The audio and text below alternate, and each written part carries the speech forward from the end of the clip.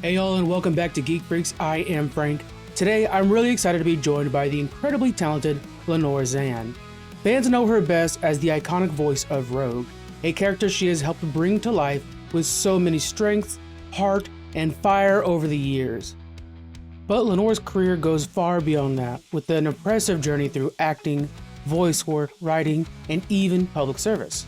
In this conversation, we're going to be going over her career, what it means to be stepping back into the role of Rogue for X-Men 97 Season 2, how she approaches the character today, and some of the lessons she's picked up along the way. We'll also be getting into her book, her personal life story, and some of the plans for her future. Alright, sugar, sit back and let me introduce you to Lenore Zann.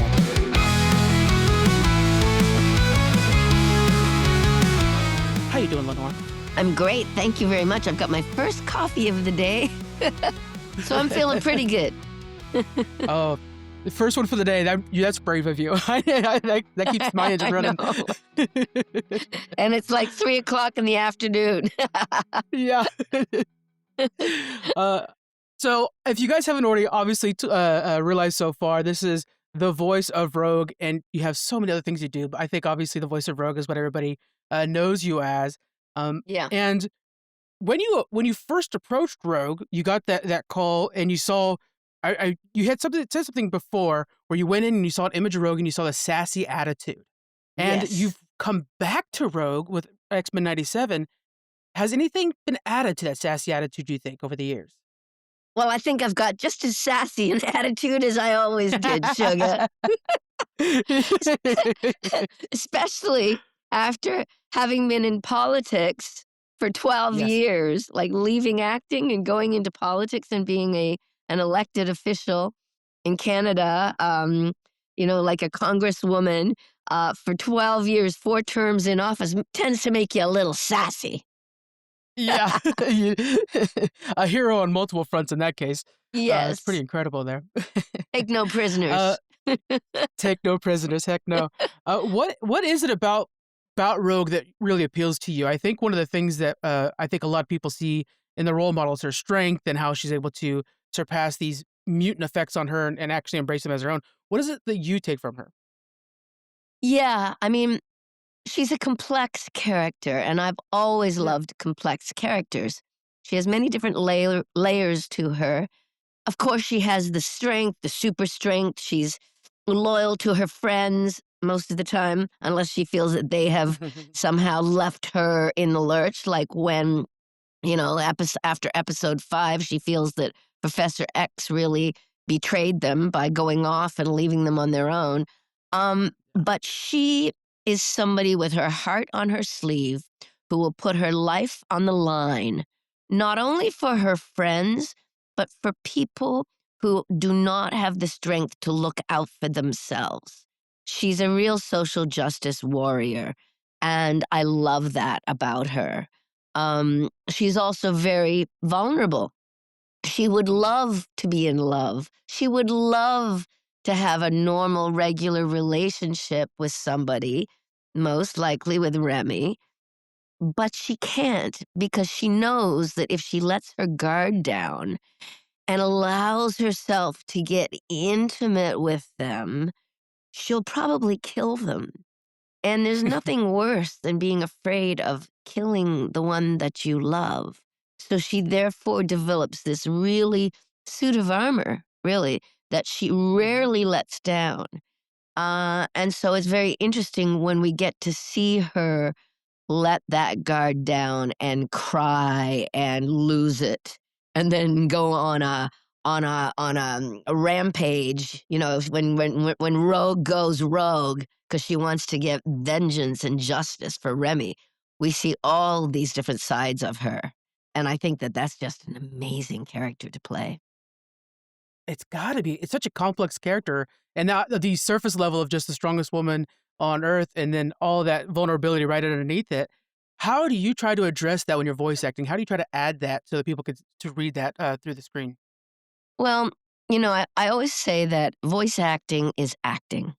So if you Yes. want to be a really great voice actor, take acting classes. Mhm. Go into theater. Do as many plays, movies, television, whatever that you can do. before you even attempt to do voice work. So I started off in theater. And as you know, you've read my book. I mean, I started acting Mhm. in theater when I was 15, became professional at 17, and was cast to play a starring role in a rock opera on the life of Marilyn Monroe at the age of Yeah. 19. And then my career took off after that, and I started doing movies and television and all kinds of other plays all around the world. So that by the time I actually was asked to do a voiceover, I won an award in Canada for my first radio drama. It was my first voice job, playing a character called Mary Snow in Saltwater Moon, which was a play by David French. And I won Best Actress across Canada for that. I was 26. And then X-Men was only the second animated series that I ever did. And so, I put all of my passion, everything, all of my life experiences, all of my different emotions into my performance. And I have a voice, probably because I did start off as a singer, that can really change. And I can put little nuances into it that will make people feel their feelings and open up their hearts and cry or laugh or despair. And that's something that I feel is a gift that I have, that I was given. I was born with it. I've honed it over the years, being able to control your emotions. So Yeah. yeah, so that you don't let them all out in real life. So if you're angry and you got lots of anger, I prefer to put it into my performances rather than getting Mhm. angry at people. I'd rather stay Yeah. calm. I take Buddhist classes. I Oh, meditate wow. every day. Yeah. I walk in the forest, and I just feel that I'd rather be peaceful and calm and loving and kind in my real life and save all of my passion and energy for my performances. Which is so rogue. That's wonderful. Thank you. Yeah, there's something about like you were saying, those nuances when she does like leave the team or little moments like that that we've seen time and time again. It's hard because a lot of times when I read Rogue in comic books, it's your voice, so it's hard to. Right. This is what you actually did versus what I heard when I was reading it. Um, I've but been yeah, living in there's your this. head rent free for 30 years. Exactly, exactly. So it is kind of tricky because there's almost like this childlike innocence where you're just like, she's mad. She's got every reason to be mad on her side of it, but also you're just like disappointed and you want the best for her. It's a very complicated situation whenever you're reading Rogue. You know. Yeah. And the other thing I like to try and tell fans who sometimes ask me, why did she betrayed the X-Men by going over to Magneto after, after Genosha. And I say to Hmm. them, she's traumatized. Yeah. She just witnessed a huge genocide all around her of all of the people, her people that she loved, her friends, including her two of her loves. Yeah. And she feels probably some survivor's guilt too. And the fact that she never got the chance to actually say to Remy while he was alive, "Oh, honey, sugar, some things are deeper than skin." She says it to Yeah. Magneto when they kiss, and he thinks she's going to come with him and be his queen, but she pulls away and she repeats what Remy said to her, which was, she says, "Thanks for the dance, sugar." But Remy was right. Some things are deeper than skin. I love that. I just love Ah, that. yeah. It's I so threw good. that line in there in the recording session, actually, Did and they you? let me keep it. Yeah. I thought, why Oh, shouldn't she wonderful job. repeat what he had said to her? Because she suddenly realizes, yeah, it's not all about feeling and touch and sex. It's about love, deep, deep Yeah. love. Which I think Marvel Rivals is doing a good job with their advertisement of showing that there's Yeah. this love between the two and that they work so well Yeah. together and stuff. So Oh, that's it's always nice to see. amazing, isn't it? That is Yeah. really giving the fans some wonderful candy to chew on. They are loving Yeah. that. He's dead in one Oh, universe, but they're getting married in another. So AJ is staying real quiet about that, by the way. We've bugged him a few times. Like, come on, AJ. We know that you're recording for season 2. You could tell us. But he's being real quiet. He's being good about it. We appreciate it. Uh, yeah, and another thing, just to kind of touch on that one more Yeah. time, when she goes with Magneto, I think it's the simpler option. I think when you are an X-Men, it's asking you to think very, let's see, gray. You can't think black and white. And Magneto just gives you the black and white. He gives you solutions when nobody else does. And so for somebody who's gone through so much trauma and chaos, the simple solution's right there. He's going to give you the answers. Just go. It's hard not to. And she's also thinking of her people. He's Yeah. giving her the opportunity, like I had, to say, would you like to be part of the government and help decide the future of our people? How do we make life better for everybody? How do we protect everyone? How do we make it so that people can be living with one another in peace and harmony instead of constant wars and trying to kill other people? And I think that that is very, very tempting for her. She would love to be able to be part of that, which is another reason why she agrees to go with him. Yeah. Ah, such a great character. And then, yeah, a lot of people are experiencing her anew in Marvel Rivals. How has that changed when you're the voice actor behind Marvel Rivals and it's a video game format? How are you changing how you're approaching Rogue? It's not really any different. It's just still Rogue. Okay. Yeah. It's still me, Yeah. sugar. I'm just, I do a lot more fighting and, teasing and, I'm feeling, I put some of my own Lenore Rogue nuances into my lines. Like, I'm feeling a little touchy today. That is pure Lenore Zann. What can I say? I do stuff like that with my voice and in acting. And I'll take pauses where they're not written and turn it into something that is my own. And it's so much fun. And they're letting me do that, which is great. I love That's working with wonderful. them. Yeah, and I love being in part of Marvel Rivals. And the team is so beautiful. They're really nice people to work with. We are going to be having a special event on, I think it's March the 3rd at the El Capitan Theater in Los Angeles, and tickets are free. There's going to be panels, and they're going to make announcements, and Danny Koo's going to be there, make some announcements about what the future of the game. So I'm really looking forward to that because then I'll get to see everybody. So come on Yes. down if you can still get a ticket. Yeah, you got to check it out. Marvel Rivals is kind of a who's who in the acting world. If you look It at that like is. IMDb page, you really see Yeah. some legends in there. It's really fun. I love it. It's really great. I get to meet them at different Yeah. Comic-Cons, and we just love it. Like, I met Josh Keaton for the first time recently, and it's like, Yeah. he was my Captain America, and yeah, we just have a blast. They're just really good people. I met Yeah, Steve that's Bloom fun. for the first time recently because, of course, normally I'm working with Cal Dodd as Wolverine, and so I met Steve Bloom recently too, and what a lovely man he is too. So it's Yeah, great. Mm. it's a really great crew. Looking at the comic books, the source material, one of the things going on right now in Uncanny X-Men, fantastic run. Make sure you guys are checking that out. Rogue is the leader of the X-Men. What about Rogue makes her a good leader? What are you hoping that you could kind of sometime, maybe in X-Men 97, Rogue can take the front? What do you want to see out of that?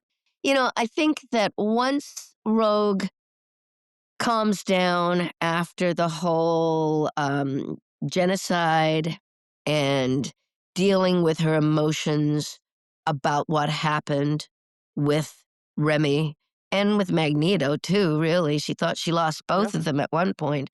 Um, I think Rogue would make a great leader. She thinks quickly.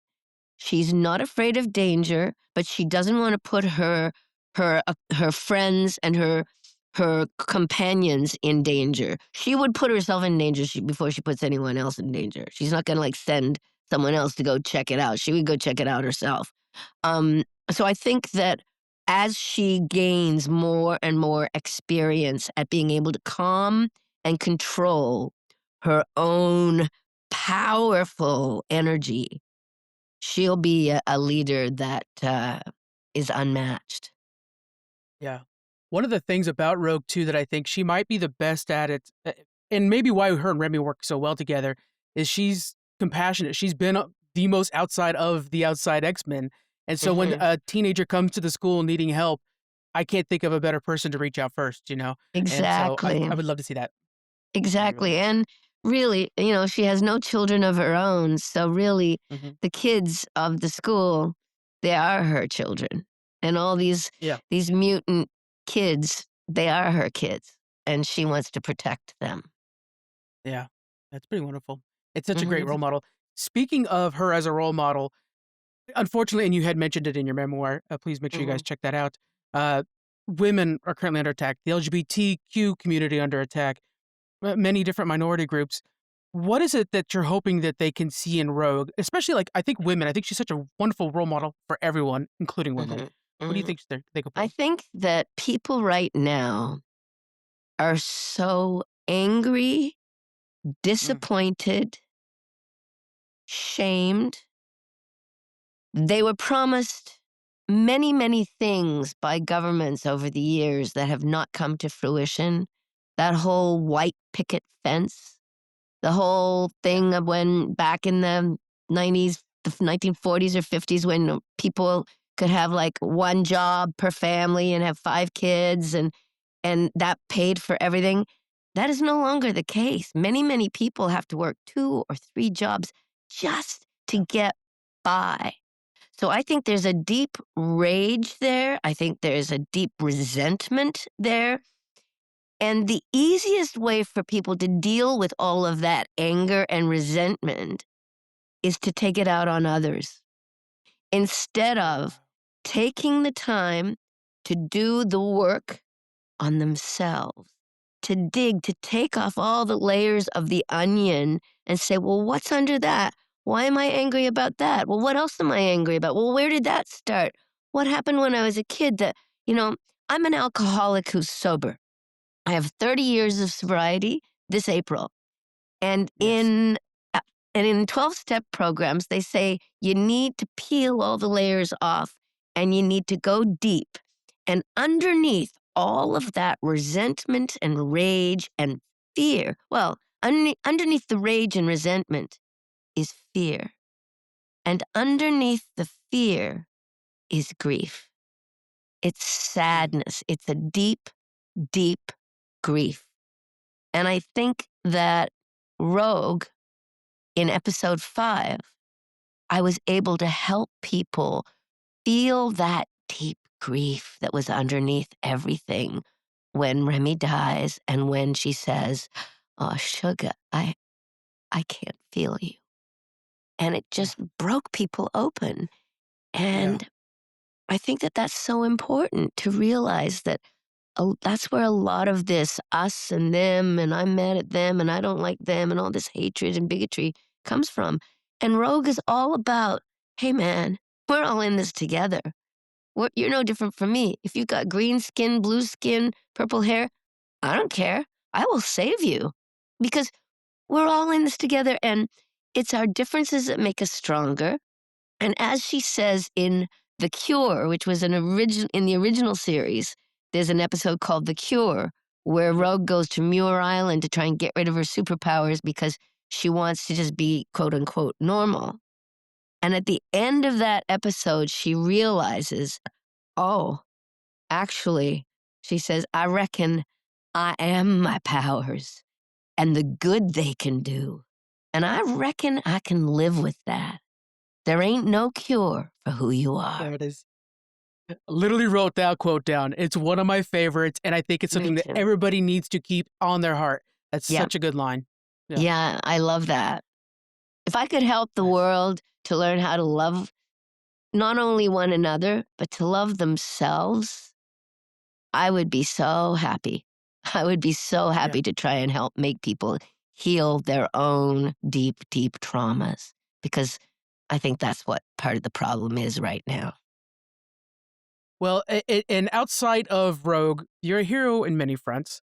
And one of the things I want to make sure to mention is your work in Canadian politics, especially with your bill, originally C-30, eventually C-226 for environmental racism. And one of the things I really appreciate about you pushing this is I think it was probably a term lesser known to many people, probably with the privilege of not knowing that term.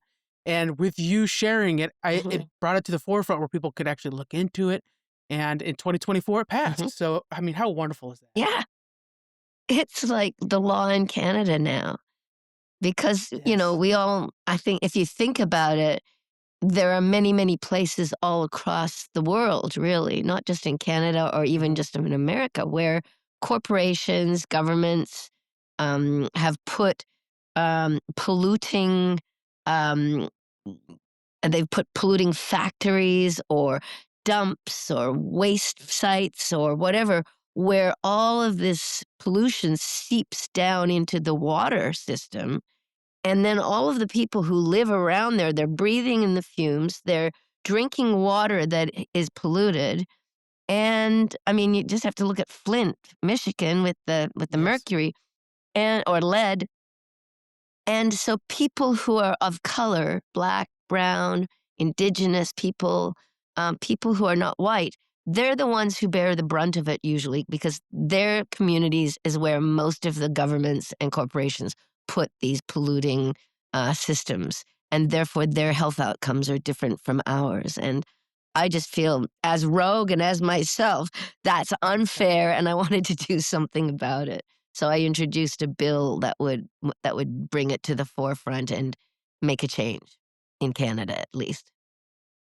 It's wonderful, and again, even outside of Canada, just the fact that it brought attention to something like that, that I think, Yeah, yeah, a lot of people didn't know about. That's really yeah, nice. exactly. Thank you, thank you.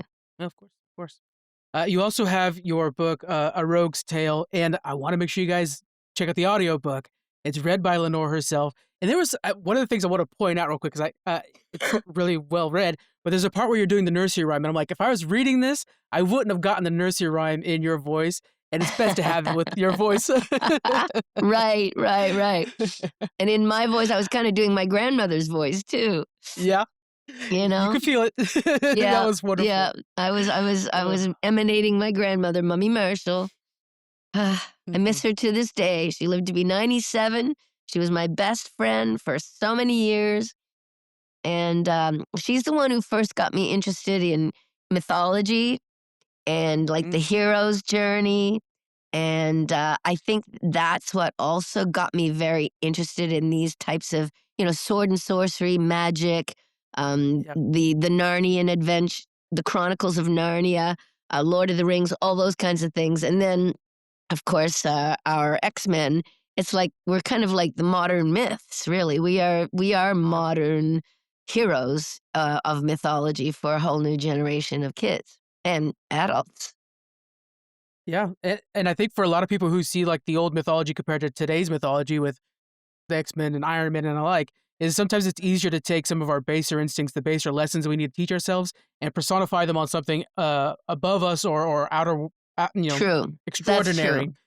to understand it a little easier. Yes. And really when you look into myths, I mean, they are repeated throughout cultures around the world and Mhm. they keep coming back. They keep coming back. They keep being brought up in all kinds of stories for like thousands of years. So, Yeah, actors are storytellers and human beings love stories. And I think that's what keeps them coming to something like X-Men because they want to know what's going to happen with the story. They're following the story. And because it is sort of mythological based, it's almost in our DNA that it kind of reminds us of stuff from eons ago, yeah, you know? yeah. And it lasts so long because it is just part of human nature to Yeah, be, that's like for true. Rogue's example, be unsure of yourself, needing to find a home and safety outside of, where you were born, and all these things is just like, you'll find Yeah, a piece of Rogue. You might not be as strong as her physically, but you can be as strong as her emotionally. you can. And I love it that many fans tell me that when they're going through hard times and over the years when they've gone through hard times, they think of Rogue and they think of what would Rogue tell me in this moment? What would Rogue say? What would Rogue do? And they say, Lenore, it's like you're right there with me. And this is when people have different terrible traumas that have happened to them in their lives. And I say, oh my God, I'm so honored that I can still be helping people when I'm not even like there physically and I'm not Yeah. even aware that it's happening. But if anything that they can get from my performance and from the stories that will help them through something difficult that they're dealing with, then I can die a happy person. Well, you've done so many great things, and let alone the fact that, like I said, every time I crack open an X-Men book, it's been your voice for 30 years. So it'll continue to be that way. Well, thank you so much. Yeah, I think there's going to be quite a few more to come. So Yeah, hold on to your horses, folks. We're in for a I'm so wild ready. ride. To close us out, I thought I would do a few lightning round questions if you're up for that. Sure. To just kind of close things up for us. What other character or other role would you like to play in a completely different franchise? Mm. Wow. I mean, I would love to do any kind of mythological or space like mythological character, a queen or a gladiator or, somebody who is powerful, either good or evil. I love playing evil characters too. And I had Yeah. one that was she was called Master Cyclonus in Stormhawks, and she wanted to take over the world. She was fabulous. I also played the mummy's girlfriend, Anak Sunaman, in the animated series The Mummy, opposite Jim Cummings. And she was evil too, because Oh. he brought her back to life, and then she wanted to kill him and take over the world. Whoops. Seems to be a theme here going on. But I love those kinds of characters. And I want to do more on camera stuff. I am doing some. I've got one show that's out on Peacock right now called Revival. I have a recurring role in that. I am developing my book into a film. And while I would not play myself in it, I would use a much younger actress for that. I'd love to get Florence Pugh. Florence Pugh would be a Oh my fabulous God. Yeah. young me. But there is a role of her older cousin that I could play. Um, and I have my music coming out too. I have songs that I've written. So I've got three albums that I'll be releasing over the next while, a trilogy of albums. And yeah, I'm up for anything really. A few people are reaching out to me about some film roles right now, so we'll see where that goes. But I'm open for business, and I'll Yeah. go anywhere because I'm up for an adventure. When you said mythology right away as Athena would be perfect for you. I think that would be that really would fun. be great. Yes. Yeah. Mhm. What is a director's note that you'll never forget? Oh my goodness. Well, in the book, there's one passage where I talk about this director who directed me as Marilyn Monroe in the Mhm. rock opera of Marilyn Monroe. Have you got to that part yet? I have. Yes, yes, yes, yes. And this guy was much older than me. I was Hmm. 19. I turned 20 during the course of the show. He was probably in his late 60s, and and his wife was pregnant upstairs in the building that I was staying at.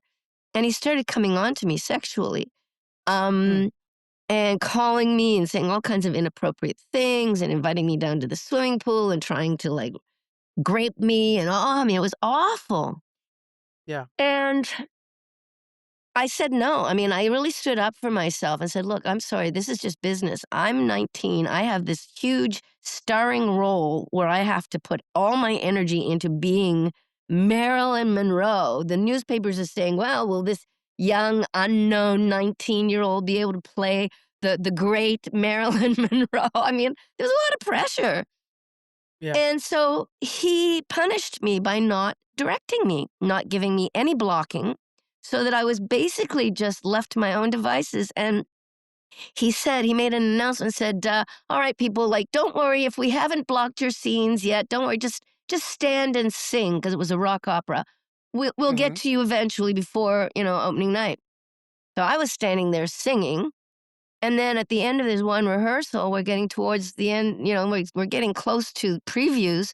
And he called everybody out on stage. He put big lights up on stage. He was out in the like 1,000 seat auditorium in the dark with a big megaphone. And he went through the show and then he said, now, Lenore, would you come out here in the middle of the stage, please? And So then I'm standing in the middle of the stage by myself with all the lights and everybody's around me. The orchestra's down there back when we had orchestras who played for musicals. And he said, now, Lenore, are you just going to stand there like a block of wood? Aren't you going to move around or anything? And I said, well, you said that if you hadn't gotten to the scenes to just stand and sing. And I kind of started to get a little teary-eyed. And then he goes, and this is what I'll never forget, goes, listen, sweetheart, if Liza Minnelli was here, she'd be telling me what to do. What a jackass. Right? I mean, he humiliated me in front of everybody. So what I did was I turned around on my heels and I kept my tears in and I turned around and I walked off stage because I'd seen it done in some movies or something. It was like I'd seen it in a movie somewhere, and I walked off stage. And then I went home to this house where I was staying, where his wife was pregnant upstairs in the same building. And I went through the entire script and I blocked every single scene myself. And then I came in the next day and I went from dressing room to dressing room and I told the cast, I said, they were like, oh my God, Lenore, why is he treating you like this? What is going on? I hadn't told anybody what he was doing. I didn't know. I didn't even have an agent at the time. I said, listen, don't worry about that, but do me a favor. Today, Marilyn is going to move. So please just move with her. And they were like, yes, we'll do whatever it takes. You just come out and you do your thing. We'll work around it. We'll work with you. I went, thank you so much. And then I went in my dressing room and I put the sequin gown and the wig and the makeup on and the earrings. And I came out and I was Marilyn Monroe. And I did that whole performance. And at the end of it, he came up on stage with tears streaming down his face. And he hugged me in front of everybody and went, oh, that was a brilliant performance, my dear. That's the performance you're going to be doing for opening night. And when I came out on opening night, when I came out on stage, at the end of the curtain call, when I came out last, the whole audience jumped to their feet and gave me a standing ovation. And they never knew what I'd done to get to that point. And I never told anybody until I wrote my book last year. Yeah. Oh, God, guys got to check that memoir. I'm at the beginning part of that, so I didn't know the twist ending, and I'm excited to get to that part now. Sorry to spoil it for you. Nope. Oh, I can't wait. I can't wait. Yeah. It's going to be good. Never forget that one. But you know what it did? Yeah, I can imagine. It toughened me up in one sense. It's terrible. No director should treat an actor like that. It's inexcusable. Yeah. But what it did was it gave me confidence that, hey, you know what? If someone's not going to give me any direction and they're not going to help me in any way, I'm okay. I can do it on my own. Yeah. So it gave me confidence for the rest of my life, really, that, worst case scenario, I can do whatever I need to do to make it work. The line you said, if you just change it to your name, Lenore is going to move, just move with her. That's the line right there. Exactly. Last question for you. What is a role that you want more people to be asking you about? A role that I want people to ask me about? Yeah, everybody I know comes up to you wanting to know more about Rogue. But what's that role that you wish that they were really curious about outside of Rogue? To be honest, I never get tired of talking about Rogue. A lot of people want to talk to me about Aisha Clan in Outlaw Star, which is an anime. And it was one of the first animes, and it was my first anime. Wendy Lee directed it, and I did it in Los Angeles. I think it was in like 2000 or 2002, something like that. And she has super strength, and she also, her colors are green and gold. But she's like this strange little creature with funny ears and little funny teeth. And she can turn into a huge, gigantic tiger woman when she's either angry or when she eats. And she can eat a lot. And she's hilarious. She's really funny. So if you haven't seen Outlaw Star yet, Try and get a hold of it. There are DVD copies. There's some Blu-ray copies. I don't know if it's playing anywhere right now, but you can see it on YouTube. Outlaw Star. I will Yeah, find that and make sure to share it. That is yeah. wonderful. Oh, you'd enjoy it. And once you know that it's my voice, once you then you'll go, oh yeah, of course. Why did I Yeah. not see that before? Iconic. Hmm. All right. So, everybody, I want to make sure you guys are heading to the description in the podcast right now. You're going to be checking out A Rogue's Tale. The audiobook is fantastic. If not, make sure you pick up the Thank you. paperback. We have a new film in the works. We have a new album coming soon. How long should Hmm. we be waiting for that album? It's going to be in the next, I would say, 5 months because I'd like to have Okay. one of them come out before season 2. So one of Yeah. them will come out before season 2 in the summer. And I'm also, to be honest, working on an animated series that I'm developing based on my father's children's books. And my Oh, father wow. passed away a couple of years ago. I talk about that in the book later on. I won't ruin it for you, but Thank he you. basically handed me his mantle. And I said, could I write more of your Aussie 6 books about these little Australian animals that go on adventures around the world? And he said, yes. And so not only am I going to be writing more of the books for children, but I'm going to be turning it into an animated series. So that's lots of fun too. Oh, wow. Yeah, there's a That lot is so going on. fun. Yeah, Keep you're his so busy. legacy alive. Yes. And creating a legacy for yourself for others to follow as well, which is very important as well. Thank Um, you. all the links in the description, guys. Make sure you follow up, including following Lenore on social media. Really great Instagram. I will throw that out there at the last minute. Thank you. It's a good Instagram. Yeah, you never know what I'm going to throw up on there, right? It's And fun. It's fun. I know. And all the different outfits. Yeah. And you're all over the place too. You're like this Comic-Con over there and that Comic-Con over there. You're like, oh, I wish I was in the area. I know. Yeah. Yeah, you I gotta have get to fun. be Why like a not? little girl again. One of my favorite things to do when I was a little girl was dress up.